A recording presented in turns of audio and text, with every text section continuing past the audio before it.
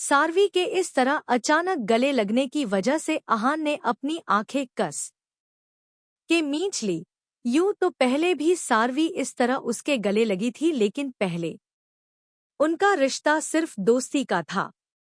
लेकिन आज अहान को एक अलग ही बेचैनी हो रही थी, क्योंकि वो सार्वी को अपनी दोस्त के नजरिए से नहीं देख पा रहा था, बल्कि उसे अपनी पत्नी के नजर से देख रहा था।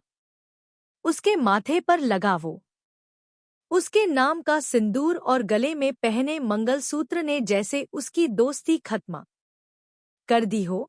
उसे यही लग रहा था कि वो अपनी रोजपिटल्स को धोखा दे रहा है, हालांकि अभी वो अपनी रोजपिटल्स से मिला नहीं था। लेकिन फिर भी उसने खुद को पूरी तरह से अपनी रोजपिटल्स का मान लिया था।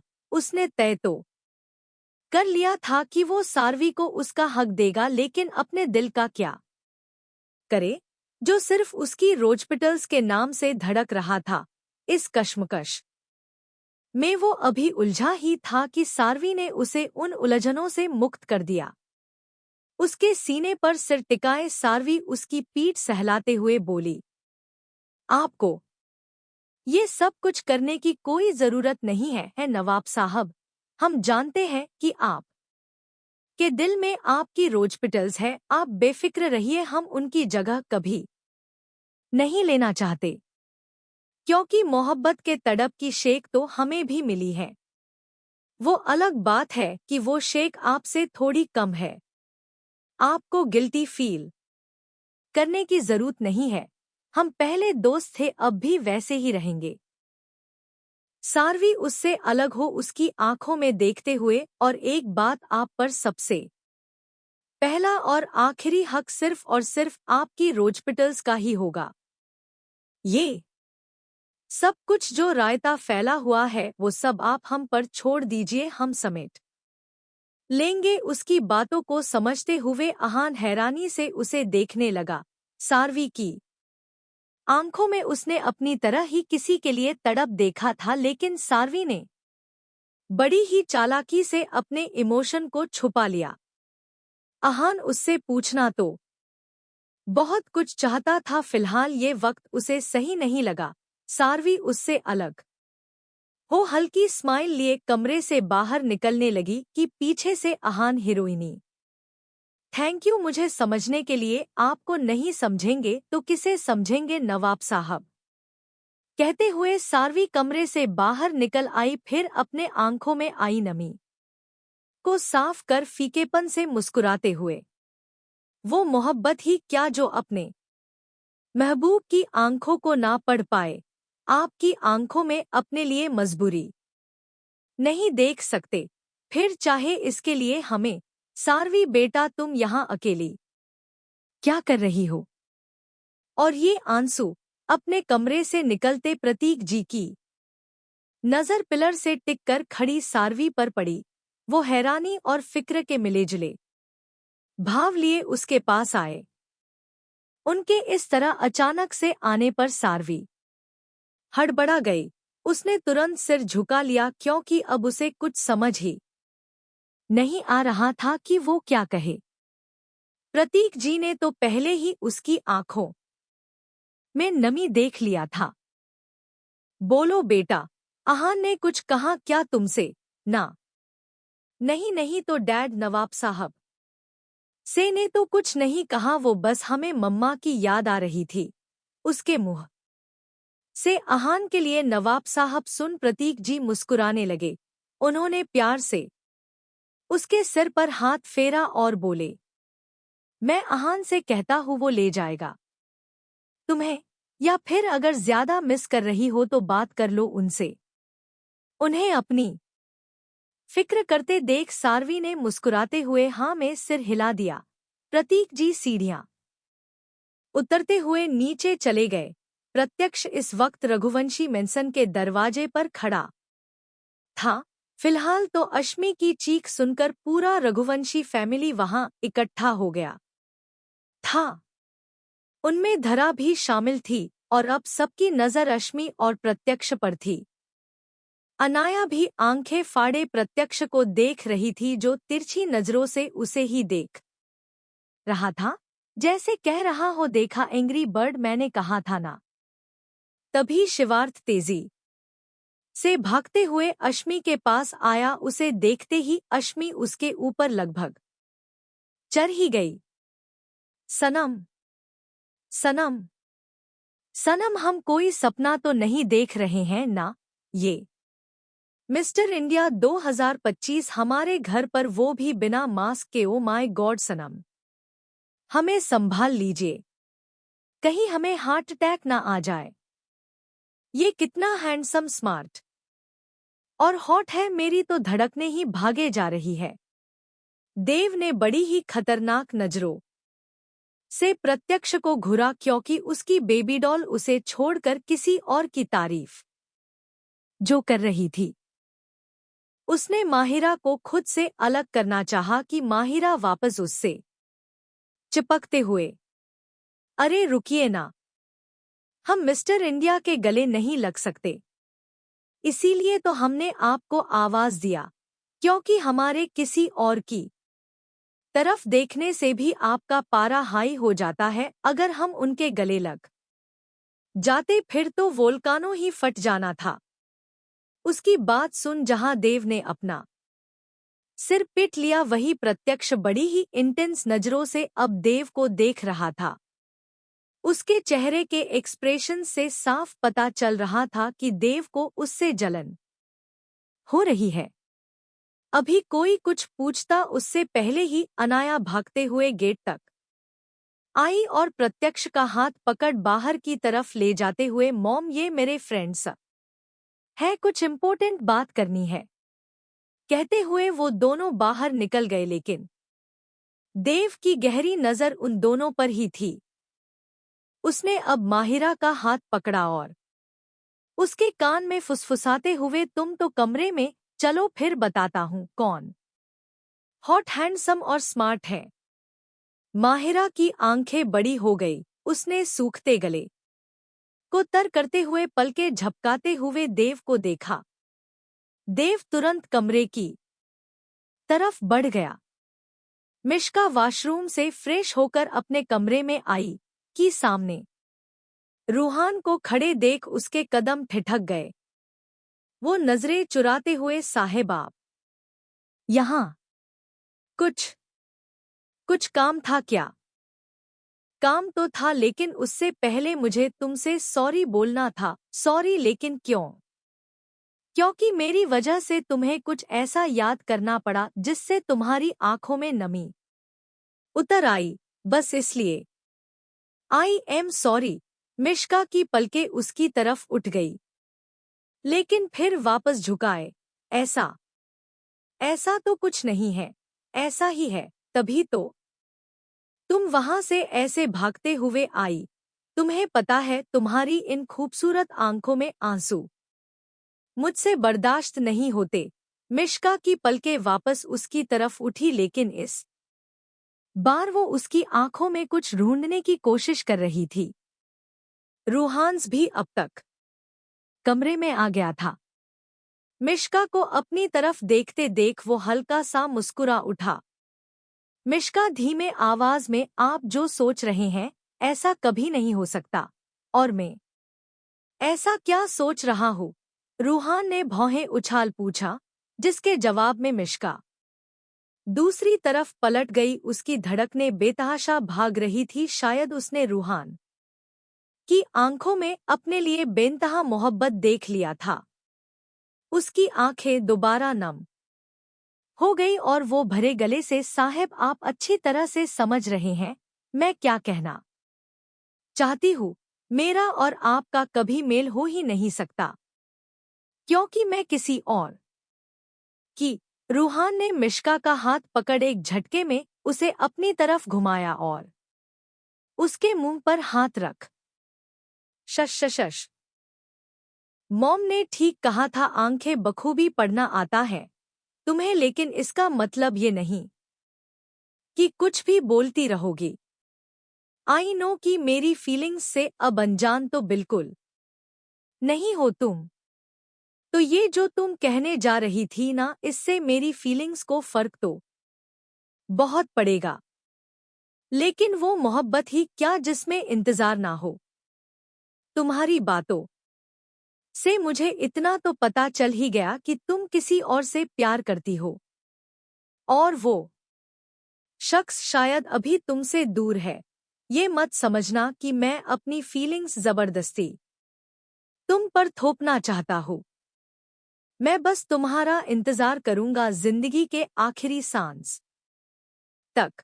रूहान ने मिश्का को छोड़ा और तेज कदमों से कमरे से निकल गया। भरी आंखों से मिश्का बस उसे जाते हुए देखती रह गई। गाड़ी से टिककर खड़ा निधान बड़ी ही लाचारी से जन्नत को देख रहा था। अभी अभी वो जन्नत को संभालते हुए गाड़ी से बाहर ले आया था और अब जन्नत अपना एक नंबर खत्म करने गई थी। तभी उसकी नजर लड़खड़ाती हुई जन्नत पर पड़ी, जो उसके पास ही आ रही थी। वो तुरंत आगे बढ़ा और जन्नत को अपनी गोद में उठाकर गाड़ी तक लेकर आया। नशे में पूरी तरह टुल्ल जन्नत आंखें टिमटिमाते हुए निधान के चेहरे को देख रही थी। उसने निधान के गाल पर अपना हाथ रखा और उसके गाल पिंच करते हुए नशे में बोली, साजन जी, आप तो एकदम गोविंदा की तरह लग रहे हैं। कितने प्यारे और सुंदर आपके गाल भी कितने सॉफ्ट सॉफ्ट है। कौन सा साबुन लगाते हैं आप? मैं भी वही लगाऊंगी, फिर मैं भी सॉफ्ट सॉफ्ट हो जाऊंगी। तुम ऑलरेडी सॉफ्ट सॉफ्ट हो और सॉफ्ट होने की जरूरत नहीं है हेवन। उसकी बात सुन निधान को हंसी आ गई। उसने हंसते हुए कहा और जन्नत को फ्रंट सीट पर बैठाने लगा, लेकिन जन्नत गाड़ी में बैठने के बजाय वापस नीचे उतर गई और अब मुंह बनाते हुए बोली, मुझे पता है आप झूठ बोल रहे हैं। आप मुझे क्यों बताएंगे कौन सा साबुन लगाते हैं? आप तो उस मेंढकी मामी को बताएंगे ना। सच सच बताइए साजन जी, क्या मामी ने कभी आपके इन सॉफ्ट सॉफ्ट गालों पर पुच्ची दी है? पुच्ची क्या होता है? निधान ने हैरानी से पूछा, जिसपे जन्नत अपनी कमर पर दोनों हाथ रखे उसे घूरने लगी। पुच्ची नहीं पता आपको? पुच्ची का मतलब चुम्मी। अब समझ में आया। निधान की आंखें बड़ी हो गई। मतलब जन्नत के दिमाग में मामी और उसको लेकर क्या क्या चलता रहता है सोचकर ही उसे हैरानी हो रही थी। कुछ सोचते हुए उसने जन्नत को कमर से पकड़कर अपने करीब खींचा तो जन्नत लहराते हुए उसके सीने से आ लगी। निधान ने 2 उंगलियों से उसका चेहरा ऊपर किया और उसकी आंखों में झांकते हुए, तुम्हें ऐसा क्यों लगता है हेवन कि मेरे और मामी के बीच कुछ है? क्योंकि आप मुझसे ज्यादा उन पर ध्यान देते हैं। मुझसे तो आप ठीक से बात भी नहीं करते। इंस्टाग्राम पर मैंने देखा है, जो पति अपने पत्नी से अच्छे से बात नहीं करते, उन पर ध्यान नहीं देते, उनका बाहर किसी से चक्कर होता है। निधान ने मन ही मन डिसाइड किया कि कल ही वो जन्नत के फोन से इंस्टाग्राम नाम के इस कीड़े को डिलीट मार देगा। फिलहाल तो इस वक्त जन्नत को संभालन मुश्किल होने वाला था, क्योंकि अब जन्नत की आंखों में मोटे मोटे आंसू भर आए थे। जन्नत ने बेहद मासूम सा चेहरा बनाया और उसके गाल सहलाते हुए रुंधे गले से बोली, आपको पता है मुझे कितना हर्ट होता है जब आप मेरे सामने मामी को देखते हैं। वो तो मुझसे सुंदर भी नहीं है, फिर भी जन्नत इस वक्त इतनी क्यूट लग रही थी कि निधान के लाख कोशिश के बाद भी उसकी नजर उससे नहीं हट रही थी। कुछ तो था जन्नत में जो निधान को अपनी तरफ अट्रैक्ट कर रहा था। उसकी वो बार बार खुलती बंद होती पलकें, नशे में लाल चेहरा और फड़फड़ाते होंठ निधान की हार्टबीट बढ़ाने का काम कर रही थी। उसने गहरी सांस ली और जन्नत के गाल पर लुढ़क आए आंसुओं को साफ करते हुए बेहद प्यार से बोला, चुप हो जाओ रोना बंद करो पहले। नहीं, मैं नहीं चुप होऊंगी। आप इसीलिए मुझसे अच्छे से बात नहीं करते ना, क्योंकि मैं थोड़ी पगलैट हूँ, लेकिन आपको नहीं पता इसे पगलैट नहीं कहते, बल्कि इसे तो मासूम और भोली कहते हैं। मैंने इंस्टाग्राम पर पढ़ा है कि बस बस बच्चा, मैं समझ गया। इंस्टाग्राम को भूल जाओ और मेरी बात सुनो, ओके। जन्नत ने झट से हाँ में मुंडी हिलाई, जिसे देख निधान प्यार से मेरे और मामी के बीच में कुछ भी नहीं है, समझी। मेरी शादी तुमसे हो रही है तो अब मैं सिर्फ तुम्हें देखूंगा। और एक बात, तुम बिल्कुल भी पगलैट नहीं हो, बल्कि तुम तो भोली और मासूम सी हेवन हो। इस निधान ठाकुर की हेवन इतना सुनना था कि जन्नत का चेहरा फूल की तरह खिल गया। उसने तुरंत निधान का ब्लेजर पकड़ा और उसमें नाक साफ कर चमक भरी आंखों से निधान को देख बोली, सच्ची? तो क्या अब मैं आपके इन सॉफ्ट से गालों पर पुच्ची कर लूं? अपने ब्लेजर में नाक साफ करने की वजह से पहले तो निधान इरिटेट हुआ, लेकिन फिर जन्नत का खिला हुआ चेहरा देख वो बस मुस्कुरा उठा। लेकिन ये क्या जन्नत के पुच्ची वाली बात तो अब उसके दिमाग में आई। उसने तुरंत अपना सिर तेज से नामे हिलाया, लेकिन जन्नत उसके चेहरे को दोनों हाथों में थामे पैर के उंगलियों के बल खड़ी हुई और उसका चेहरा अपनी तरफ झुका लिया। अब तो निधान की आंखें बाहर आने को हो गई। जन्नत की गर्म सांसें उसे अपने चेहरे पर महसूस हो रही थी, जिसकी वजह से उसका दिल दोगुने रफ्तार से धड़कने लगी। अभी जन्नत के नाजुक से होंठ निधान के गाल को छूते उससे पहले ही जन्नत के हाथ उसके चेहरे से ढीले पड़ गए और वो उसके सीने पर सिर रखे गहरी नींद में चली गई। निधान को ऐसा लगा जैसे वो शेर के मुंह से बाहर आया हो। उसने तुरंत जन्नत को कमर से अच्छे से पकड़कर संभाला और लंबी लंबी सांस लेने लगा, क्योंकि जन्नत की करीबी से उसे क्या फील हो रहा था ये सिर्फ उसे ही पता था। ऐसा नहीं था कि वो जन्नत के साथ ये मूवमेंट एंजॉय नहीं करना चाहता था, बल्कि जन्नत इस वक्त नशे में थी और वो हरगिज नहीं चाहता था कि उनके लाइफ की पहली किस ऐसे हो। उसने मुस्कुराते हुए जन्नत के चेहरे पर आए बालों को कान के पीछे किया और उसकी बंद पलकों को देख बोलान, कभी सोचा नहीं था कि तुम जैसी बड़बोली लड़की इस सख्त निधान ठाकुर की धड़कने बढ़ाने का काम कर सकती है। खैर, अब कर ही क्या सकते हैं। हंसते हुए उसने जन्नत को गोद में उठाया और वापस फ्रंट सीट पर अच्छे से बिठाकर ड्राइविंग सीट पर आ गया। अब जन्नत को इस हाल में लेकर तो वो ना ही अपने घर जा सकता था और ना ही जन्नत के, इसीलिए उसने गाड़ी ठाकुर फार्म हाउस की तरफ मोड़ लिया। ड्राइविंग करते हुए वो बीच बीच में जन्नत को भी देख रहा था, जो बड़े ही आराम से सोई थी। निधान ने अब वॉल्यूम कम करके गाना चला दिया। गाने के बोल सुनते ही वो खुद को हंसने से रोक ही नहीं पाया। हो मेरी उड़ गई रात की नींद, जागी है कई उम्मीदें, मेरी उड़ गई रात की नींद।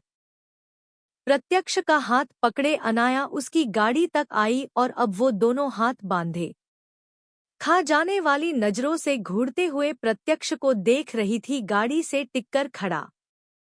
प्रत्यक्ष भी दोनों हाथ बांधे बड़ी ही इंटेंस नजरों से उसे देखे जा रहा था, वो भी बिना कुछ बोले, जिससे गुस्से में भड़कती अनाया ने उसका कॉलर पकड़ा और दांत पर दांत जमाए।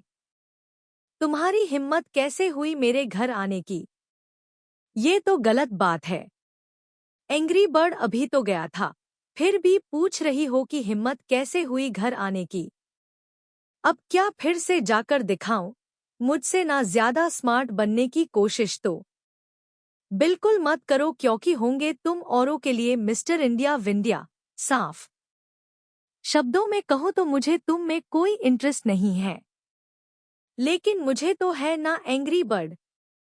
एंड डोंट वरी, मेरा इंटरेस्ट इतना है ना कि तुम्हारे इंटरेस्ट की जरूरत भी नहीं पड़ेगी।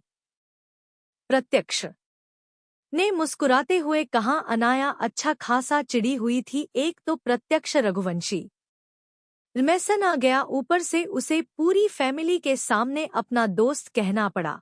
अब तो पक्का अश्मि उससे प्रत्यक्ष के बारे में पूछने वाली थी। ये सोच सोच कर ही अनाय का दिमाग खराब हो रहा था और अब प्रत्यक्ष की बातें हार मानकर वो गुस्से में बोली, क्यों आए हो यहाँ?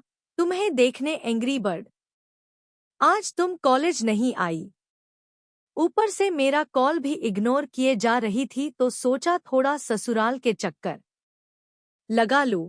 इसी बहाने आंखों को तुम्हारा दीदार भी हो जाएगा और सबसे मुलाकात भी।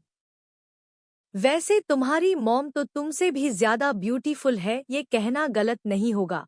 हाँ बट मेरी वाली भी कुछ कम नहीं है, मानना पड़ेगा। क्या प्रोडक्ट बनाया है मेरे लिए सासू माँ ने। मैं क्या सोच रहा था, हम भी ऐसा प्रोडक्ट लॉन्च करेंगे, कहते हुए प्रत्यक्ष ने आई विंक कर दी। वही अनाया का मुंह खुला का खुला रह गया, वो आंखें फाड़े प्रत्यक्ष को देख रही थी।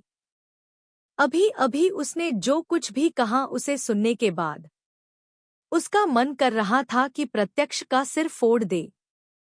प्रत्यक्ष उसके चेहरे के एक्सप्रेशंस को अच्छी तरह से नोटिस कर रहा था। उसने अनाया के कमर पर हाथ रख उसे अपने करीब खींचा और उसकी आंखों में देखते हुए, बाई गॉड, ये किलर लुक धड़कने बढ़ा जाती हैं, मेरा देखो, कहते हुए प्रत्यक्ष ने अनाया का हाथ अपने सीने पर रख दिया। इस वक्त दोनों का चेहरा एकदम नजदीक था। दूर से देखने पर ऐसा लग रहा था जैसे वो दोनों किस कर रहे हैं। तभी निर्मित की गाड़ी जो अभी अभी वहां आकर रुकी, फ्रंट सीट पर बैठी श्रव्या आंखें फाड़े उन दोनों को देखने लगी। हालांकि अनाया की पीठ उसकी तरफ थी, लेकिन फिर भी वो अनाया को अच्छी तरह से पहचान गई थी। उसे इस तरह फटी आंखों से सामने देखते देख निर्मित की भी नजरें उस तरफ गई और फिर उसने बड़ी ही फुर्ती से श्रव्या की आंखों पर अपना हाथ रख दिया ताकि श्रव्या को कुछ दिखे ही ना, जिसकी वजह से श्रव्या झल्लाते हुए उसका हाथ अपने आंख पर से हटाया और बोली, क्या यार प्रोफेसर, देखने दो ना, क्या मस्त सीन चल रहा है। वैसे मेरी अनाया दी ने कभी किसी को खुद को टच करने का भी हक नहीं दिया, बट यहाँ तो तुम्हारा भाई उनके मुंह ही लग गया। चुपचाप आंख बंद करो अपनी, तुम्हें शर्म नहीं आती? ये सब देखते हुए इतनी भी बड़ी नहीं हुई हो तुम जो ये सब देखोगी, निर्मित ने वापस श्रव्या के आंखों को हथेली से ढकते हुए कहा। तो श्रव्या चिढ़ गई, है प्रोफेसर, ये ज्यादा हो रहा है ना, तुम इनडायरेक्टली मुझे बच्ची कह रहे हो। पूरे 19.5 ईयर्स की हूं मैं, तो ये सब देख भी सकती हूँ और कर भी सकती हूँ। कहो तो तुम्हें कर के दिखाऊं क्या, तब मानोगे? शट अप इडियट, मेरे पास आने की कोशिश मत करना। तुम्हारा जो मन हो वो देखो, मैं नहीं रोकने वाला। अब उतरो मेरी गाड़ी से जल्दी। उसकी बात सुन निर्मित तुरंत पीछे हो गया। उसे डर था कि कहीं श्रव्या सच में उसे किस ना कर ले, क्योंकि उसका कुछ कहा नहीं जा सकता था, कब क्या कर दे। उसे खुद से इतना डरते देख श्रव्या की हंसी छूट गई। उसने हंसते हुए निर्मित के गालों को खींचा और बोली, ओ गॉड, तुम तो सच में बड़े अमेजिंग हो। चेहरा देखो अपना कैसा हो गया है। अरे एक किस ही तो करने को कहा था, कौन सा कला पानी की सजा देने की बात कर रही थी। अगले 5 सेकंड के अंदर अगर तुम यहाँ से नहीं गई तो फिर जो होगा उसकी जिम्मेदार तुम खुद होगी। श्रव्या आंखें छोटी छोटी कर, ओ रियली ये धमकी है? फिर तो मैं भी कहीं नहीं जाऊंगी, पहले प्यार से कहो तभी इस गाड़ी से नीचे उतरूंगी। निर्मित को अब खुद पर ही गुस्सा आ रहा था कि आखिर उसने श्रव्या जैसी मुंहफट लड़की की मदद ही क्यों की। 5 सेकंड क्या पूरे 5 मिनट बीत गए लेकिन अव्या उसी तरह मुंह फुलाए बैठी रही, जिसे देख निर्मित बेचारा हार मानते हुए, देखो मुझे अर्जेंटली कहीं जाना है तो प्लीज जाओ यहां से। श्रव्या के चेहरे पर जंग जीतने वाली स्माइल आ गई। उसने मुस्कुराते हुए निर्मित की तरफ फ्लाइंग किस उछाला और गाड़ी से उतरते हुए बोली, वैसे तो तुम बहुत ही एरोगेंट हो बट क्यूट भी हो। I like it. निर्मित दांत पीसते हुए रह गया। श्रव्या बाहर निकली और अब वो प्रत्यक्ष और अनाया की तरफ बढ़ने लगी। निर्मित की नजर यकायक उस पर पड़ी कि उस पीछे से देख उसकी आंखें एक बार फिर बड़ी हो गई। ये लड़की भी ना एक नंबर की बेवकूफ है। कहते हुए निर्मित ने बैंक सीट पर रखा अपना ब्लेजर उठाया और भागते हुए श्रव्या के पास आ गया। उसे अचानक अपने सामने देख श्रव्या हैरान हो गई, लेकिन अभी वो कुछ कहती उससे पहले ही निर्मित ने उसके कमर पर अपना ब्लेजर बांधते हुए उसे घूर कर बोला, 19.5 ईयर्स ओल्ड बच्ची ही हो तुम, जिसे इतना भी नहीं पता कि वो किस सिचुएशन में है। कहते हुए उसने वहां खड़े गार्ड को देखा। उसने जिस तरह से पीछे से लेकर वो ब्लेजर बांधा था, इससे श्रव्या को समझ में आ गया कि पीरियड्स की वजह से शायद स्टेन उसके ड्रेस पर कुछ ज्यादा ही लग गया है। वो मुझे थोड़ी पता था कि पीरियड आज, इसीलिए तपाक से बोली, ही आ जाएंगे जिस दिन अनाया दी कॉलेज नहीं जाएंगी, वरना वो सैनिटरी नैपकिन साथ में ही लेकर चलती है, बाय चांस कब क्या हो जाए। निर्मित ने उसकी बेवकूफी पर उसे अच्छे से घुरा और फिर उसके गाल पर हल्की सी चपत लगाकर बोला, गो एंड टेक केयर। निर्मित तो वहां से अपनी गाड़ी की तरफ बढ़ गया, लेकिन श्रव्या उसे मुस्कुराते हुए जाते देखती रह गई। निर्मित की गाड़ी वहां से चली गई तो श्रव्या गहरी सांस लेकर पीछे मुड़ी की सामने अनाया और प्रत्यक्ष को देख उसकी हंसी गायब हो गई, क्योंकि दोनों हाथ बांधे उसे ही देख रहे थे।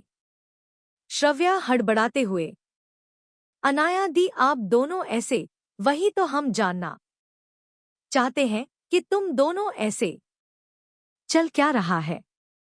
अनाया ने पूछा। क्या अनाया दी आप भी?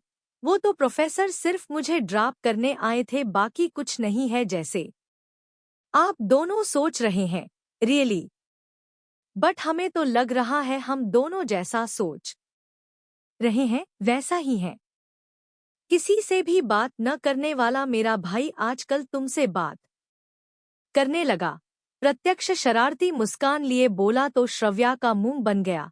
उसने अपने पेट पर हाथ रखा और अंदर जाते हुए बड़बड़ाई, आप दोनों के बीच तो पता नहीं क्या क्या चल रहा है, फिर भी मेरे और उस प्रोफेसर के बीच में कूद रहे हैं। जो समझना है समझिए, फिलहाल तो मेरी तबीयत खराब हो रही है। अगली बार आपके साथ सेल्फी जरूर लूंगी। वैसे आप दोनों अपना रोमांस कंटिन्यू करिए, मैंने कुछ नहीं देखा। अनाया श्रव्या को जाते हुए देख ही रही थी कि प्रत्यक्ष उसके गालों को चूम, काफी इंटेलिजेंट साली मिली है मुझे, थैंक यू मेरी लाइफ में आने के लिए, क्योंकि तुम्हारे आने से ही तुम्हारी बहन के जरिए मेरा भाई मुझे वापस मिलने वाला है। बाय, रात में सो मत जाना, वीडियो कॉल पर तुम्हें देखूंगा तभी नींद आएगी। अनाया गुस्से में लाल पीली हो उसे जाते हुए देखती रह गई। बात सुनो चेरी, मेरी साथ लॉन्ग ड्राइव पर चलोगी क्या आज रात में? कितने चेपू हो तुम यार, एक दो बार बात क्या कर लिया अच्छे से, तुम तो सच में चुंबक की तरह चिपकते ही जा रहे हो। वेल, मिस्टर मैग्नेट, मुझे तुम्हारे साथ जाने में कोई इंटरेस्ट नहीं है, तो अब तुम अपने जैसी किसी छिपकली को पकड़ो। वही तो कर रहा हूँ। वो क्या है ना, मैंने बहुत ढूंढा, लेकिन तुम्हारे जैसी वेल मेंटेन छिपकली कहीं मिली ही नहीं, इसीलिए तुमसे कह रहा हूँ। अर्श मजे से धरा के बेड पर फैलते हुए बोला। धरा, जो अपने बिखरे कपड़ों को कबर्ड में अच्छे से रख रही थी, उसे अपने बेड पर पसरते देख दंदनाते हुए उसके पास आई और उसके ऊपर हल्का सी झुक उसे उंगली दिखाते हुए, देखो चिपकू चांडाल, तुम मेरे कमरे से अभी के अभी निकल जाओ, वरना मैं जो करूंगी ना फिर तुम्हारे लिए सही नहीं होगा। ओ कम चेरी, आई नो कि इतने हैंडसम लड़के को अपने कमरे में देख तुम्हारे दिल में कुछ कुछ हो रहा है, इसीलिए तुम मुझे यहाँ से भगा रही हो ना। तेरी तो तेरे हैंडसमनेस की ऐसी की तैसी अभी बताती हूँ तुझे। कहते हुए धरा ने जोर का लात अर्श के बम पर जमा दिया, जिसके अगले ही पल अर्श उछलते हुए बेड के दूसरी साइड हो गया। क्या हुआ, अब भाग क्यों रहे हो? रुको जरा, तुम्हारी दुई मार कर बंदर की तरह लाल ना कर दिया तो मेरा नाम भी धरा मित्तल नहीं। अरे यार, तुम लड़की ही हो या कुछ और, इतना तेज कौन मारता है? देखो तो अभी भी दर्द कर रहा है। अर्श अपना बम सहलाते हुए बोला। धरा चेहरे पर डेविल स्माइल लिए उसे देख रही थी कि अचानक ही अर्श ने उसका हाथ पकड़कर अपने ऊपर खींच लिया और बिना धरा को कोई मौका दिए उसे लेकर पलट भग गया। अब धरा नीचे और अर्श उसके ऊपर गुस्से में खा जाने वाली नजरों से देखते हुए धरा उससे अपना हाथ छुड़ाने की कोशिश कर रही थी, लेकिन अब शरारती नजरों से देखने की बारी अर्श की थी। अर्श चेहरे पर लंबी स्माइल लिए, हो तो तुम पूरी खतरनाक, लेकिन मैं भी खतरों के खिलाड़ी हूँ, खतरों से खेलने की आदत है मुझे, धरा भी कहा। कम थी, उसने तुरंत अपना ब्रह्मास्त्र चलाया और बाजी एक बार फिर उल्टी पड़ गई। मतलब अर्श बाबू अब नीचे और धरा उसके ऊपर, लेकिन इस बार अर्श के चेहरे पर 12 बजे हुए थे, क्योंकि धरा ने एक बार फिर घुटने से उसे वहां मारा था जहां अर्श की कमजोरी थी, जिसकी वजह से अर्थ की पकड़ धरा के हाथ से ढीली पड़ गई और धरा उसके ऊपर। धरा बड़ी ही गहरी नजर से उसे देख उसके चेहरे पर उंगलियां घुमाते हुए, ओ बेबी के दर्द हो रहा है, लेकिन बेबी को भी ऐसा कुछ करना ही नहीं चाहिए जिससे उसे ऐसे मार खाना पड़े, है ना बेबी? अर्श तो अपना दर्द भूलकर आंखें फाड़े उसे देखने लगा। जिस तरह से धरा की उंगलियां उसके चेहरे से होते हुए सीने तक फिसल रही थी अर्थ को अलग ही फील हो रहा था। सारवी नीचे प्रियंक जी के साथ बैठी बात कर रही थी कि आहान सीढ़ियां उतरते हुए नीचे आया। उसे देखते ही प्रियंका जी, आहान बेटा सुनो। Yes mom. बेटा, तुम दोनों की शादी जैसे भी हुई हो, लेकिन अब मैं शादी के बाद की रस्म करना चाहती हूँ। सारवी ने बताया कि 2 दिन बाद इसके भाई की शादी का फंक्शन स्टार्ट होगा, तो इसलिए कल सुबह ही तुम दोनों को कुलदेवी की पूजा के लिए जाना होगा। तुम्हें तो पता ही होगा कि जिंदल परिवार की नई बहू के लिए ये पूजा कितना जरूरी होता है। आहान ने एक नज़र सारवी को देख फिर प्रियंका जी से, मॉम आई नो कि ये पूजा जरूरी है, बट बिना कुछ खाए पिए हीरोइनी कैसे रहेगी? ऐसे में तो उसकी तबीयत खराब हो जाएगी ना। सारवी एक टक उसे देखने लगी तो प्रियंका जी हंसते हुए, अरे बेटा, मैंने भी ये पूजा की है। वैसे ये पूजा तुम्हारी हीरोइनी नहीं बल्कि तुम्हारी पत्नी करेगी, और यकीन मानो कि एक पत्नी अपने पति के लिए तो कोई भी व्रत और कोई भी पूजा पूरी श्रद्धा से कर सकती है। रही बात तुम्हारी हीरोइन की तो कोई बात नहीं सावी बेटा, तुम फ्रूट्स वगैरह भी खाकर ये पूजा कर सकती हो। नहीं मम्मा, हम ये पूजा वैसे ही करेंगे जैसे आज तक होता आया है। सारवी जल्दीबाजी में बोल तो गई, लेकिन अब आहान की घूरती नजर देख उसने अपनी आंखें मींच ली। तुम ये पूजा वैसे ही करोगी जैसे मैं कहूंगा, समझी?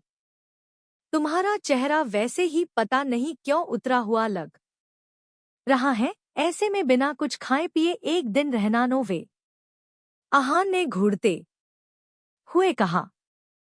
सारवी ने बड़ी ही लाचारी से प्रियंका जी को देखा तो उन्होंने अपनी हंसी छुपाते हुए हाथ खड़ा कर दिया, जैसे कह रही हो इसमें मैं कुछ नहीं कर सकती। सारवी अब बेहद मासूम सा चेहरा लिए आहान को देख, नवाब साहब प्लीज।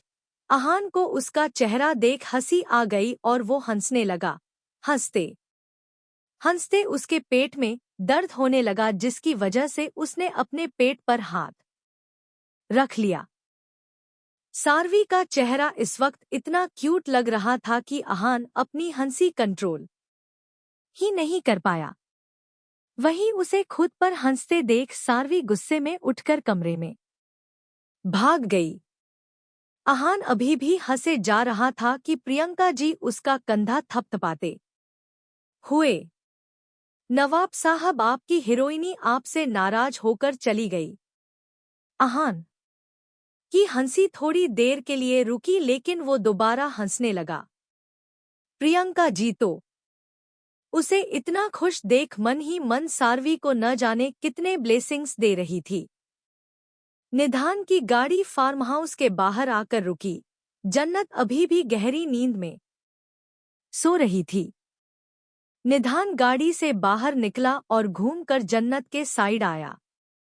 उसने बड़े ही आराम से जन्नत को गोद में उठाया और फार्म हाउस के अंदर चला गया।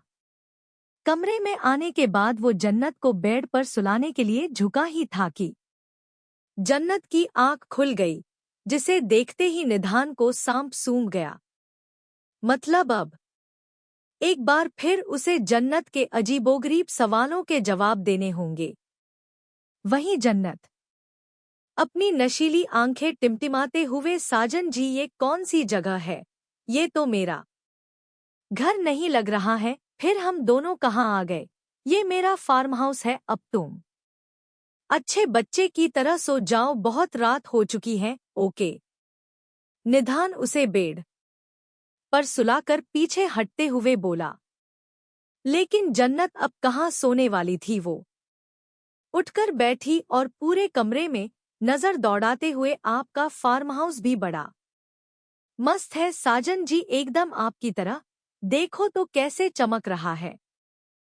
हाँ ठीक है, तुम सो जाओ, मैं भी अपने कमरे में जाता हूँ, निधान ने कहा और जल्दी से कमरे से निकलने को हुआ कि पीछे से जन्नत गला फाड़कर रोते हुए, साजन जी आप मुझे छोड़कर फिर जा रहे हैं? जरूर मामी के पास जा रहे होंगे आप। मेरे पास क्यों ही रहेंगे आप? शश, मैंने अभी थोड़ी देर पहले समझाया था ना कि मेरे और तुम्हारी उस मामी के बीच कुछ नहीं है, फिर भी तुम वहीं पर अटकी हो। निधान बड़ी ही फुर्ती से उसकी तरफ पलटा और उसके मुंह पर हाथ रख उसकी आंखों में देखते हुए बारी बारी से बोला। जन्नत कुछ पल तो उसे देखती रही, लेकिन फिर रोने लगी। वो रो भी ऐसे रही थी कि उसके आंख से आंसू नहीं, सिर्फ रोने की आवाज आ रही थी, जिससे निधान इरिटेट हो रहा था। उसने मन ही मन खुद को कोसा कि इससे अच्छा उसने जन्नत को गाड़ी में सोने दिया होता, लेकिन अब तो जो होना था वो हो ही गया। खुद को शांत कर उसने जवरत को बेड पर बिठाया और नरम लहजे में, हवन क्या हुआ? रो क्यों रही हो? बताओ मुझे। मुझे डांस करना है आपके साथ उई अम्मा बाले गाने पर। जन्नत भरे गले से बोली। वही निधान के होश उड़ गए, मतलब अब उसे डांस भी करना होगा, वो भी ऐसे गाने पर जिसका नाम वो आज पहली बार सुन रहा था। निधान ने उसे बहलाने की कोशिश करते हुए, डांस वांस नहीं करते हैं वन, तुम तो अच्छी बच्ची हो ना, चलो सो जाओ ठीक है। नहीं, मैं अच्छी बच्ची नहीं, मैं बहुत ही बिगड़ैल बच्ची हूँ, इसीलिए आपको मेरे साथ डांस करना होगा। मैंने कहा ना, चुपचाप सो जाओ, हर बार जिद करना अच्छी बात नहीं होती।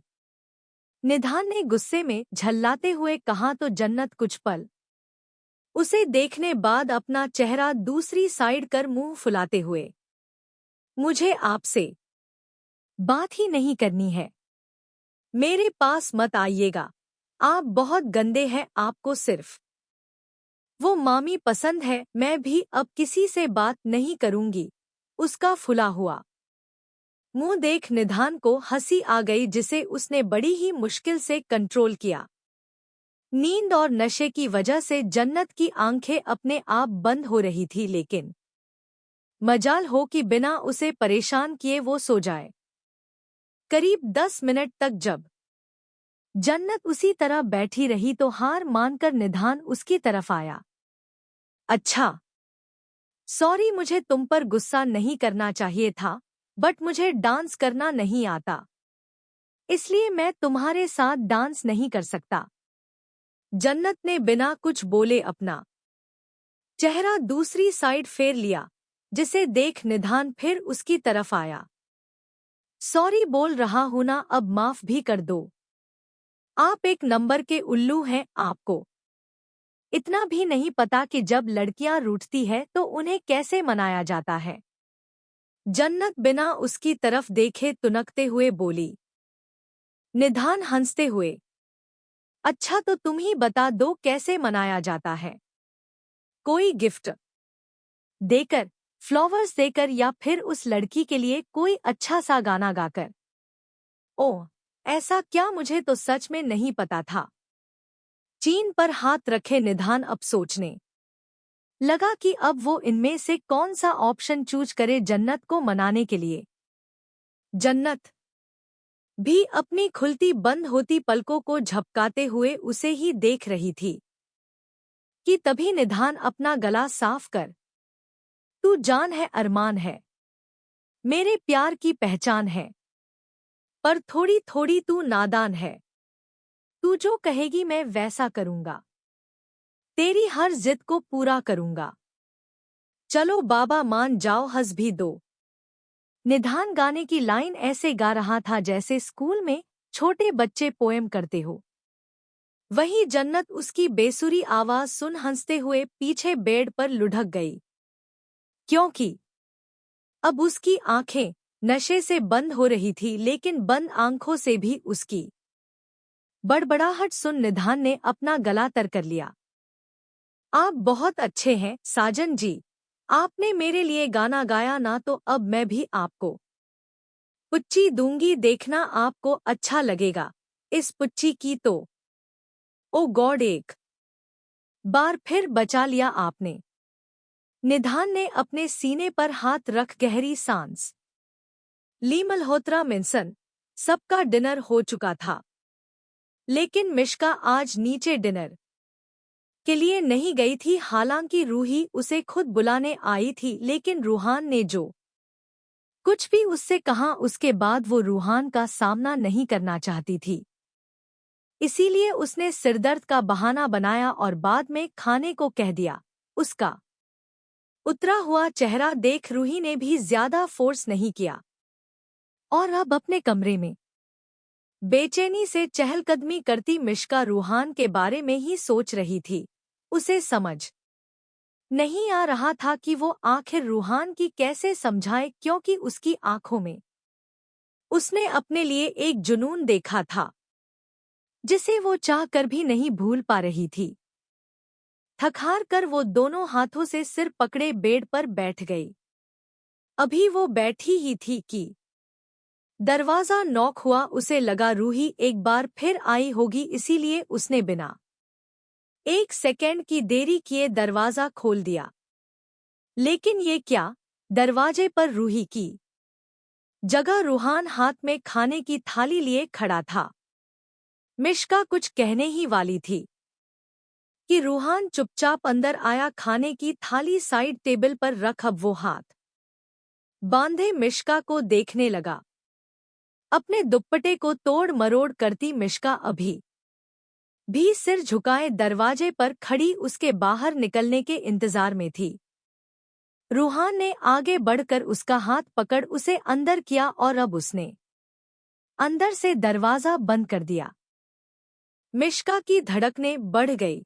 वो जल्दी से दरवाजे की तरफ बढ़ने को हुई कि रूहान उसके सामने आकर खड़ा हुआ और बड़ी ही संजीदगी से, मुझसे तुम्हें यूं घबराने की जरूरत नहीं है जानम। जब तक चुनरी में गांठ बांध कर तुम्हारे साथ साथ फेरे नहीं ले लेता तब तक तुम्हारी इजाजत के बगैर छूना भी मेरी मर्यादा के खिलाफ है। हाथ इसलिए पकड़ा क्योंकि तुम सबसे पहले मेरी दोस्त हो, इसलिए मुझसे डरना और घबराना छोड़कर हमारे आने वाली खूबसूरत जिंदगी के सपने देखो। उसकी बातों से मिश्का के दिल में अजीब सी झंझनाहट होने लगी। उसने हल्की नाराजगी से पलके ऊपर उठाया। आप ये गलत कर रहे हैं साहिब। मैंने आपसे कहा ना कि मेरे दिल में आपके लिए ऐसा कुछ नहीं है। मैं इंतजार कर लूंगा तुम्हारे दिल में मेरे लिए कुछ होने तक का। ऐसा इस जन्म में तो नामुमकिन है। तो ठीक है, मैं अगले जन्म तक इंतजार करूंगा। मिश्का झट से अपना चेहरा फेर, मेरे दिल में सिर्फ मोहित है और वही रहेंगे। रूहान कुछ पल चुप रहा, फिर पूरे विश्वास से, मैं उसे तुम्हारे दिल से निकाल भी नहीं रहा, बस मुझे तुम्हारे दिल में थोड़ी सी जगह चाहिए, बस यही मिश्का का सब्र जवाब दे गया। वो तेजी से उसकी तरफ पलटी और रोते हुए, आप समझ क्यों नहीं रहे हैं? मोहब्बत के इस रास्ते पर आपको कुछ नहीं मिलेगा सिवाय दर्द के। तुम शायद भूल रही हो जानम की उस रास्ते पर तो तुम भी चल रही हो, फिर मुझे मना क्यों कर रही हो? आप प्लीज चले जाइए यहाँ से, मुझे अकेला छोड़ दीजिए। मिश्का के आंखों से बहते आंसू रूहान के दिल पर किसी तीर की तरह चुभ रही थी। उसने मिश्का का हाथ पकड़ा और उसे लेकर सोफे पर आया। मिश्का भी इस वक्त काफी स्ट्रेस में थी। वो चुपचाप सोफे पर बैठ गई। रूहान ने अब खाने की थाली अपनी तरफ सरकाई और उसमें से रोटी का टुकड़ा तोड़ सब्जी में डीप कर उसे मिश्का की तरफ बढ़ाया, लेकिन मिश्का ने रोते हुए अपना चेहरा दूसरी तरफ फेर लिया। उसे इस तरह गुस्से में रूहान आज पहली बार देख रहा था, इसलिए उसे हंसी भी आ रही थी। मतलब जब कोई हर वक्त संजीदगी में रहने वाला शख्स इस तरह बच्चों जैसे हरकतें करे तो हंसी तो आ ही जाती है। यही हाल रूहान का था। उसने मुस्कुराते हुए एक बार फिर मिश्का की तरफ हाथ बढ़ाया और बोला, खा लो। खाने से कैसी नाराजगी?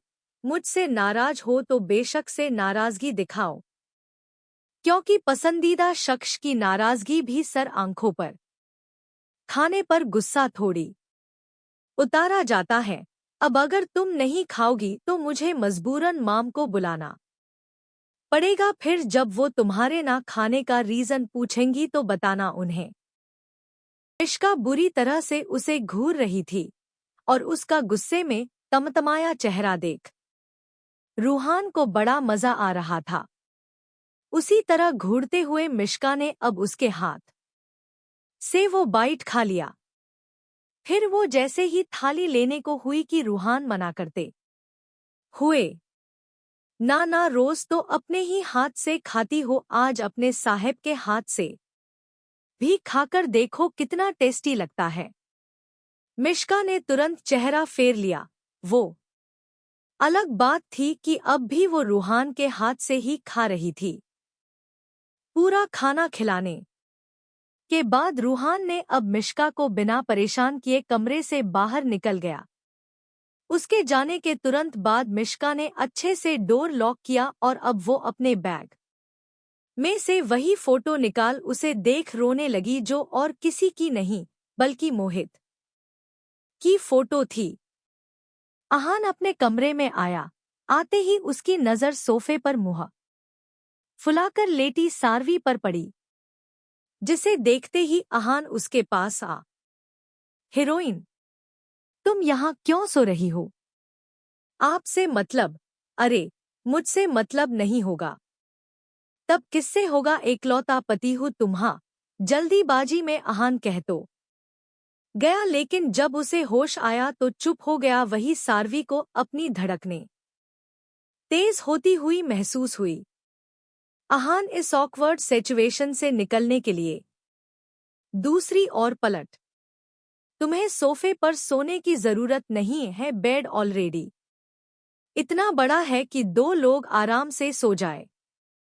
नहीं, हम यही ठीक है। आप बेड पर सो जाइए, सारवी ने धड़कते दिल के साथ कहा और फिर दूसरी तरफ करवट बदल कर लेट गई। अहान गहरी सांस लेकर उसकी तरफ पलटा, लेकिन अब सारवी की पीठ उसकी तरफ थी, जिसका मतलब साफ था कि सारवी उससे नाराज है। अहान मुस्कुराया और वही नीचे बैठ उसकी तरफ देख। ए हीरोइन, नाराज क्यों हो रही हो यार? उस वक्त मुझे हंसी आ गई तो मैं क्या करूं? कुछ मत करिए, जाकर सो जाइए, हमें नींद आ रही है। पक्का सो जाओ? ओके, फिर मैं सो जाता हूँ। वैसे भी मॉम ने तुम्हें कल के बारे में कुछ बताने को कहा था, लेकिन अब जब तुम्हें नींद आ रहा है तो मैं भी सो जाता हूँ। मुझे भी नींद आ रही है। प्रियंका जी ने कुछ कहने को कहा था। ये सुनते ही सारवी के कान खड़े हो गए। वो तुरंत अपनी जगह पर उठकर बैठ गई, लेकिन अब अहान बेड पर जा चुका था। सारवी धीमी आवाज में, नवाब साहब, मम्मा ने क्या कहा है? अहान, जिसकी तिरछी नजरें सारवी पर ही थी, वो हैरान होने की एक्टिंग करते हुए, अरे तुम सोई नहीं? तुम्हें नींद आ रही थी ना? चलो अब सो जाओ जल्दी, हम कल बात करेंगे। नवाब साहब, हमने झूठ कहा था, हमें नींद नहीं आ रही है। आप बता दीजिए ना, मम्मा ने क्या कहा है? दोनों हाथों की उंगलियां आपस में उलझाए सारवी आंखें टिमटिमाते हुए बोली। इस वक्त अहान को वो इतनी क्यूट लग रही थी कि अब वो उसे परेशान कर ही नहीं पाया और बोला, मॉम ने कहा है कि कल सुबह 5 बजे हमें यहाँ से निकलना है, तो तुम जल्दी उठकर रेडी हो जाना, क्योंकि ये पूजा हमें शुभ मुहूर्त में ही करना है। बट तुम्हें परेशान होने की जरूरत नहीं है, तुम आराम से सो जाओ, मैं टाइम पर तुम्हें जगा दूंगा। सारवी का चेहरा खिल गया, मतलब अहान ने उसे व्रत रखने की परमिशन दे थी। ये सोचकर ही खुश होते हुए वापस सोफे पर लेट गई। अगली सुबह 4 बजे सावी जल्दी जल्दी अपनी साड़ी के प्लेट बनाने की कोशिश कर रही थी, लेकिन वो साड़ी इतना हैवी था कि सारवी से प्लेट बन ही नहीं रहा था। तभी अहान क्लोजेट एरिया से बाहर आया। उसने इस वक्त पीले रंग का कुर्ता और पजामा पहना था, जो उसकी पर्सनैलिटी पर गजब ढाने का काम कर रहा था। रही सही कसर उसके माथे पर बिखरे बालों ने कर दिया था। सारवी तो उसे देखने में इस कदर खो गई कि उसे याद भी न रहा कि उसे प्लेट भी बनाना है। अहान उसके सामने आकर खड़ा हुआ और अपने बाल झाड़ते हुए, क्या हुआ? तुम ऐसे खड़ी क्यों हो? और तुम अभी तक तैयार क्यों नहीं हुई? उसके बालों से टपकता पानी जैसे ही सारवी के चेहरे पर पड़ा, सारवी झेंप गई। फिर बड़ी ही मायूसी से अपने प्लेट की तरफ देखने लगी जो बीच में से 2-3 निकल गए थे। आहान की नज़र भी नीचे उसकी प्लेट पर गई तो वो तुरंत नीचे घुटनों के बल बैठ एक एक प्लेट अच्छे से सारवी को पकड़ाते हुए सही करते हुए बोला, तुम भी ना हीरोइन इतनी देर से इसमें उलझी हो, बुला लिया होता मुझे। अब देखो मैं कैसे सब जल्दी जल्दी ठीक कर देता हूँ। तुम बस एक एक प्लेट को अच्छे से पकड़ो, फिर बाद में उन्हें सेफ्टी पिन लगा देना जिससे दोबारा वो खिसकेंगे ही नहीं। उसे यूं अपने सामने घुटनों के बल बैठे देख सारवी तो धड़कते दिल के साथ उसे देखती रह गई। आहान ने सभी प्लेट उसे पकड़ाया और उठकर खड़ा हो गया। लो हो गया, अब जल्दी करो वरना हम लेट हो जाएंगे। एक तो आहान इतना हंडसम लग रहा था कि सारवी उससे नजर ही नहीं हटा पा रही थी, ऊपर से उसकी केयर ने तो उसका दिल ही लूट लिया था। एक धड़कते दिल के साथ वो जल्दी जल्दी तैयार होने लगी।